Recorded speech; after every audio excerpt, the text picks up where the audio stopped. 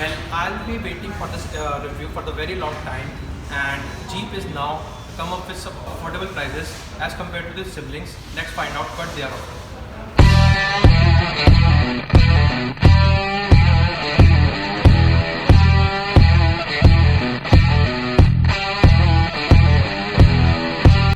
In profile, this Compass does look like a miniature version of the Grand Cherokee. It looks very premium and posh SUV. The Jeep signature mark on the front side 7 slats chrome bound grille gives the car the sense of sportiness, and it too feels premium.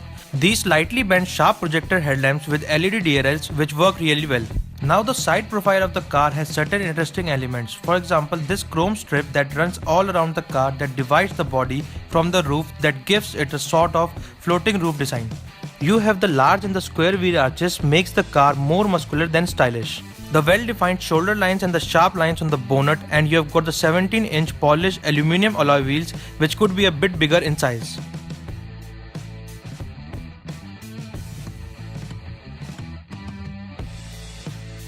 Still, there are some extremely well-executed details like the shark fin-like D-pillar.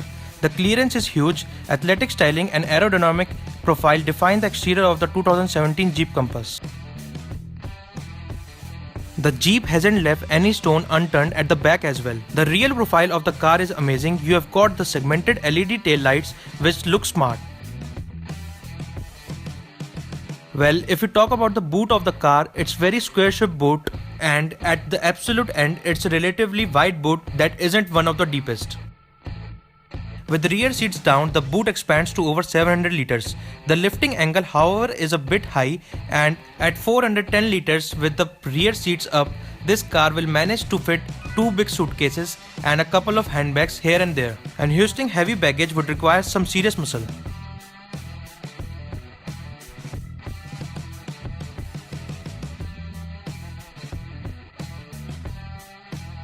Overall, it's a handsome looking car coming from a family of imposing Grand Cherokee and all-terrain Wrangler.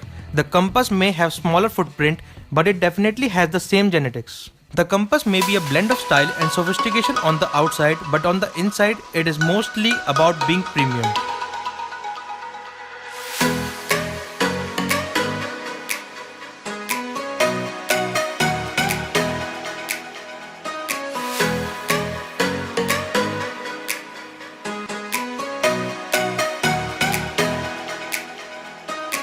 It may be one of the cheapest offerings from the Jeep anywhere, but the company has clearly not cut many corners inside. The ski grey McKinley leather upholstery in the Compass, even if extremely hard to maintain in Indian conditions, looked very inviting, while the quality of material used all around is quite upmarket as well.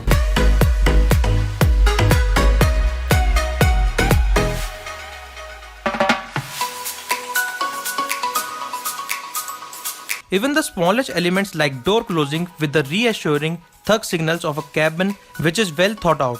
What works best for the Compass on the inside is the amount of comfort the seats offer. There is more than adequate cushioning on all 5 seats, while the front seats are also contoured for snug fit.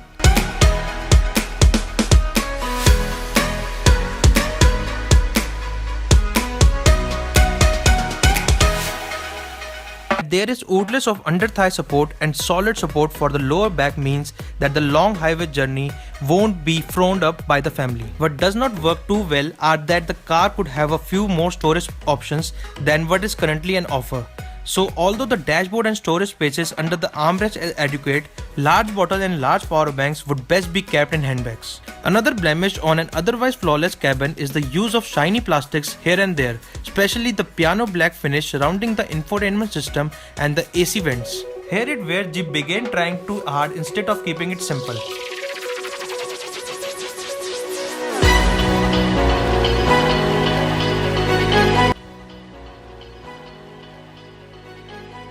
That said, the dual-tone color scheme on the dash and the sides appears sophisticated.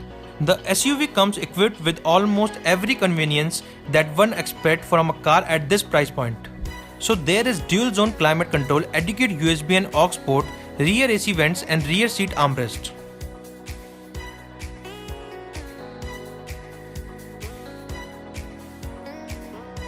There is also a 7-inch infotainment system, which however could have been of a bigger size considering what is on offer in some of compass direct and indirect rivals. It is also not very easy to navigate on this screen while the touch isn't most responsive. Interestingly, there is a compass on the compass but no inbuilt navigation system. Instead, one would have to make do with the Apple CarPlay and Android Auto, with the added convenience of integrated voice command and Bluetooth audio streaming.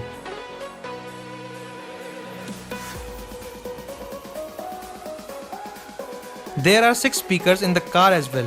On the safety front, the compass scores high with the cornering fog lamps, 6 airbags, electric parking brake, all-speed traction control, electronic roll mitigation, hill start assist and child seat anchors ISOFIX.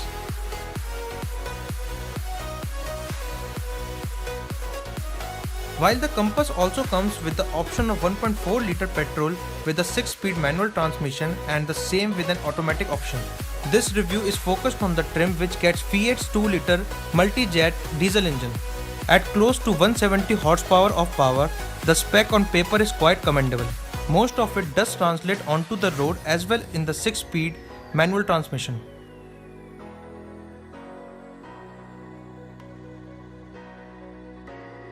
Steady, stately and solid, the compass has a solid feel about it.